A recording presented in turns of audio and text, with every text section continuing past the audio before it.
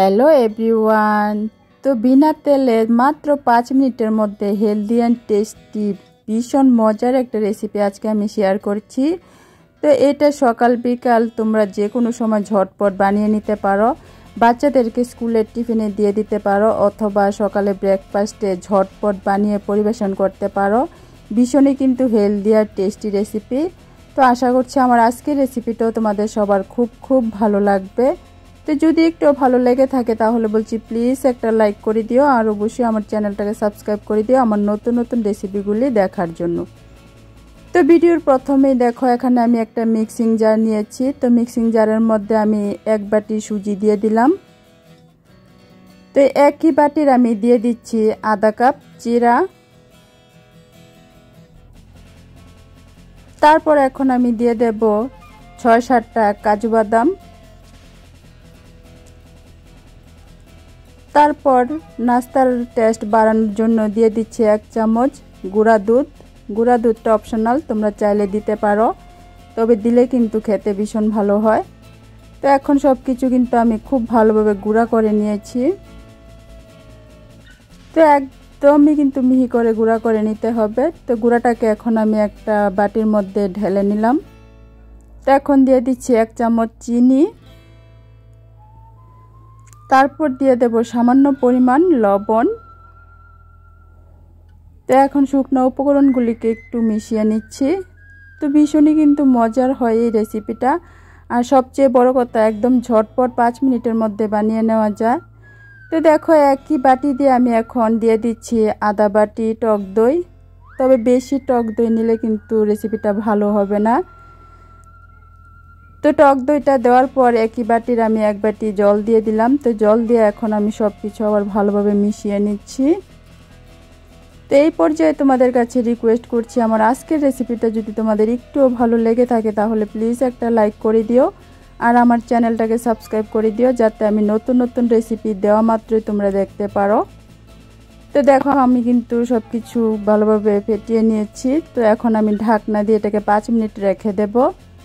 তোমরা চাইলে রেস্টে রাখা ছাড়া সাথে সাথেও বানাতে পারো, তবে 5 মিনিট রেস্টে রেখে দিলে একটু ভালো হয়। তো দেখো 5 মিনিট পর আমি ঢাকনাটা উঠিয়ে তোমাদেরকে দেখাচ্ছি। তো সুজি আর চিরা কিন্তু জলটা অনেকটাই টেনে নিয়েছে, আর এটা অনেকটাই ঘন হয়ে গেছে।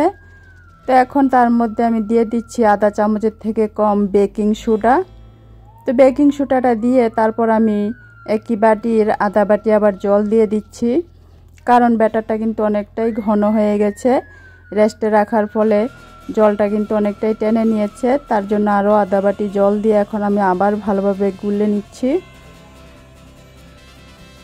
তো এখন তোমাদেরকে আমি দেখাচ্ছি কতটুকু ঘন বা পাতলা রেখেছি। তো একদম যেরকম কেকের ব্যাটার হয় সেরকমই আমি ঘনত্বটা রেখেছি। তো চলো এখন একটা একটা করে রেসিপি তৈরি করে নিচ্ছি। তো দেখো আমি গ্যাসের চুলায় একটা কড়াই বসিয়ে তার মধ্যে 1 ফোঁটা তেল দিয়ে দিলাম। তো এই তেলটা কিন্তু আমি রাখবো না, এই তেলটাকে আমি একটা ন্যাকড়ার সাহায্যে ভালো করে মুছে নিচ্ছি। তো এই তেলটা দেওয়ার কারণ হচ্ছে যাতে নাস্তাগুলি হয়ে যাওয়ার পর উঠাতে কোনো অসুবিধা না হয়, তার জন্য সামান্য পরিমাণ তেল লাগিয়ে আমি তেলটা দিয়ে কড়াইটাকে মুছে নিয়েছি। তো এখন আমি বড় চামচের 1 চামচ ব্যাটার দিয়ে দিলাম।